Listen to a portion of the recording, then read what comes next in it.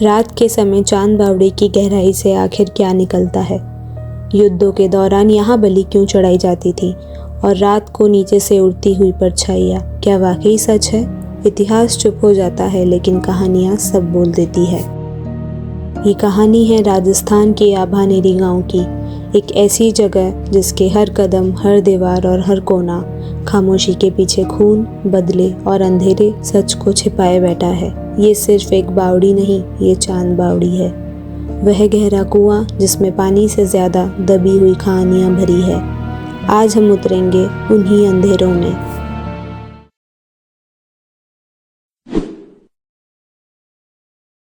नवीं शताब्दी के आसपास गुर्जर प्रतिहार वंश के राजा चंदा ने इस बावड़ी का निर्माण करवाया।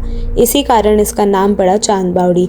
ये कोई साधारण कुआं नहीं था, लगभग 100 फीट गहरा और 3500 से अधिक सीढ़ियाँ, जो नीचे उतरते समय एक हाइप्नोटिक पैटर्न बनाती है।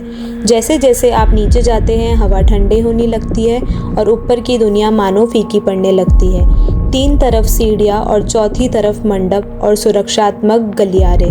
लोग कहते थे इस बावड़ी में उतरना आसान लेकिन ऊपर लौटना कठिन है। क्यों? ये राज आपको आगे मिलेगा। शुरुआत में ये बावड़ी एक पवित्र स्थान थी। राज परिवार यहाँ पूजा करता, यात्री विश्राम करते थे और साधु ध्यान लगाते थे। लेकिन फिर आया युद्ध का अंधेरा। राजपूतों और आक्रमणकारियों के बीच संघर्ष ने इस शांत जगह को एक खूनी मैदान बना दिया। कहा जाता है कि युद्ध के समय गिर चुके सैनिकों के शवों को इस बावड़ी में फेंक दिया जाता था, क्योंकि गहराई बहुत थी और पानी सब छिपा देता था। धीरे धीरे पवित्रता के स्थान पर दहशत और अंधेरा बसने लगा। राजस्थान के लोक कथाओं में एक अजीब दास्तान मिलती है। लंबे युद्धों के दौरान जब राजा विजय के लिए देवी देवताओं की कृपा मांगते थे, तब कभी कभी मानव बलि दी जाती थी। कुछ बुजुर्ग आज भी कहते हैं कि चांद बावड़ी के नीचे दी गई बलियों की चीखें ठहरी हुई हवा में आज भी गूंजती है। एक रात एक चौकीदार ने कहा था, मैंने देखा सीढ़ियों के बीच एक सफ़ेद परछाई नीचे की ओर खींचती चली गई, जैसे कोई मुझे बुला रहा हो। और जब वह सीढ़ियों के पास पहुंचा, उसने महसूस किया हवा अचानक ठंडी हो गई, बिल्कुल मृत हो गई। इस गांव के बूढ़े लोग कहते हैं जिन्हें बलि दी गई उनकी आत्माएं पानी के नीचे कैद है। जब रात को हवा थम जाती है तो उनकी परछाइयाँ ऊपर उठती है।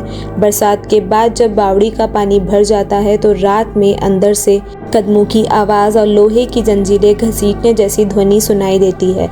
कुछ यात्रियों ने बताया, रात 3 बजे हमने 13वीं सीढ़ी पर किसी को बैठे हुए देखा, लेकिन टॉर्च की रोशनी पड़ते ही वहाँ कोई नहीं था। चांद बावड़ी का एक और रहस्य बेहद प्रसिद्ध है।